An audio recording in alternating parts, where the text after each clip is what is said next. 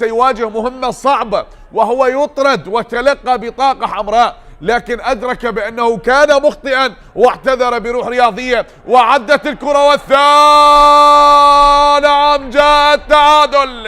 يا نهاد يا نهاد يا نهاد، بعد المرور وبعد العبور هدف التعادل لنادي الكهرباء عن طريق اللاعب نهاد محمد يعدل نتيجة المباراة لنادي الكهرباء.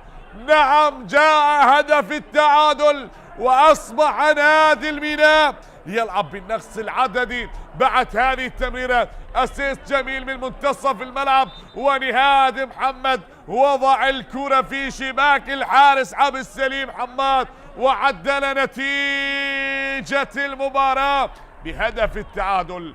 1 للميناء 1 للكهرباء، ونهاد محمد يسجل هدف التعادل لنادي الكهرباء.